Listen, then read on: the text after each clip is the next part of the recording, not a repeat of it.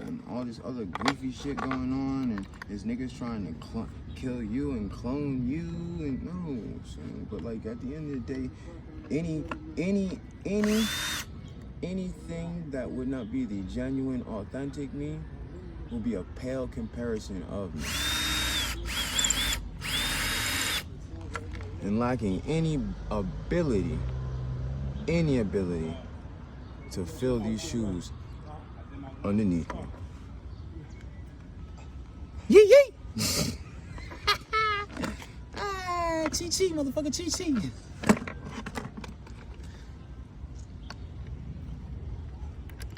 I do all this shit off the top of the dome too. All of it's improv. None of it. The only thing that's planned is the setting. The only thing that is planned is me showing up to a spot and an image of what I want it to be at the start, and then from there, I just let shit fire off and catch as much video of it as possible, and then chop that shit up and edit and post, and the shit come out like a movie. That's talent and foresight. With a little bit of skill, a lot of practice, and what motherfuckers say I don't have, initiation. You can't be this good at anything and be a lazy motherfucker. You would have had to put in a lot of time practicing it and getting it wrong first. You think I just woke up and one day I was good at guitar, I was good at skateboarding? You think one day I just woke up and I just knew Kung Fu? I might be Neo, but I can't download shit into my brain from a computer.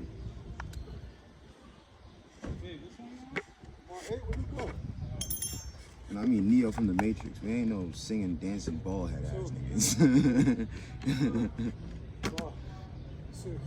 Oh shit, wait. I think that's, oh wait, no. Right there. Yeah, we gonna need risers for this. But yeah, so like if you don't know, for these type of trucks, all right? These trucks are actually longboard trucks. These aren't skateboard trucks. What ends up happening is they put a heavy amount of pressure cracks in the skateboard. And when you pop, because they're not designed for that, so you gotta put risers underneath it, so there's a buffer in between it. But then that gives you too much pop on your board, and if you can't control that level of pop, your tricks come out too intense, and what ends up happening is you get a lot of what we call shinners, or the tankers is when you go down a rail and you like catch your tank, like you literally split your nuts on a rail. Like you sliding down a rail and you split your nuts on the shit. But yeah, don't worry. We too old to be out here. We too old to be out here trying to do tricks. Hendrix was a skater back in his day. You see this? You see this right here? You see this right here? This Maybelline. This is what I do. She exactly the way I like my women. You know, a little bumped up. She real though. She real and she high quality. She high quality. Can't find it easy. A little bumped up though, cause you know I like the struggle where you find out if you're real or not. But she a beauty. So like you know, we not out here popping no tricks no more, but we still know the culture. We still real with it. In the days when I was a skater, this town, my hometown, Passaic, New Jersey, all right? This was right before Kick Push came out. Me and like the only two, I don't mean to put it this way, but the only two white boys in all of Passaic High School have been chilling since 8th grade. We was doing this weird movie thing that was like, it was like a Jackass movie. It was inspired by Jackass, boom. We were the only skaters. I was the only black kid wearing tight ass jeans, and like, actually, ironically, I was in front of a local convenience store, and my cousin had told me, yo, I actually looked up to you back in the day, so the struggle that you're going through, I really want you to come out of it, because like, ever since we was kids, I looked up to you, and a lot of people I got the balls to do what they want to do and be how they wanted to be, because ever since you was a kid, you just did what you wanted and had no fear about it.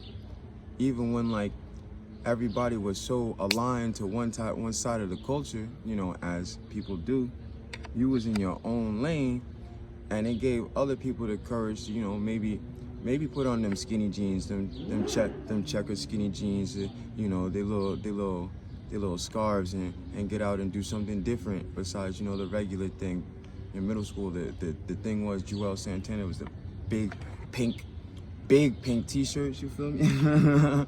So like, you know, I was doing something different, and like he said, like, you know, I graduated a couple years after you, but because of that, we just had the courage to do what we wanted to do, instead of like, you know, cause like, I'm not gonna lie, I got picked on, you feel me? But I ain't never back down. Like I let it slide. I wasn't barking or nothing. But if you got too hot and heavy on it, I was like, yo, we gonna fight, even if I knew I was gonna lose. I ain't lose too much. I did a couple times. The point being though, is that like authenticity and genuinity and just being your realest self against all odds, against everything, and not conforming, always pays out in the long run. If you bet on yourself first before you bet on anything else, no matter what anybody's saying, no matter what the culture around you is telling you, in the long run you win, because you put in more time, more effort. You had to stick with it. You had to stick to your guns. And because you had to stick to your guns, you had to really master what your guns was to begin with, right? Opposed to following suit with everything else, right?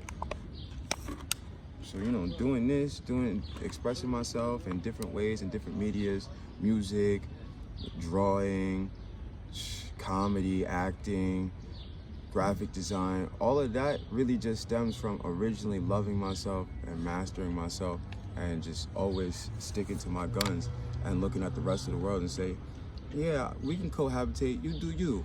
I'm gonna do me before I do anything else. And that's what our brand is about. That's what our culture is about. That's why, you know, we even go into the skateboarding culture, because the skateboard culture, that's what it's about. You got all different types of skateboarders. You got, back in my day, it was Chad Muska, you know, Rodney Mullen, bunch of dudes, and they all were different styles of. They were all different, I guess, genres of the skate culture. Rodney Mullen was the like Midwest, but sometimes Cali cool type of like skater. You know, Chad Muska was, you know, I don't want to put it this way, but you know, the hip hop white boy. You got plenty of dudes. You got Eric, like Bob Burnquist, you know, kind of like a nerdy skater. You feel me? There's a bunch of dudes out there, and like, that's what I mean. Like cohabitation and like authenticity, and allowing people to be themselves and always being yourself. That's the most important thing in this world. You can always be successful being yourself before you be anything else.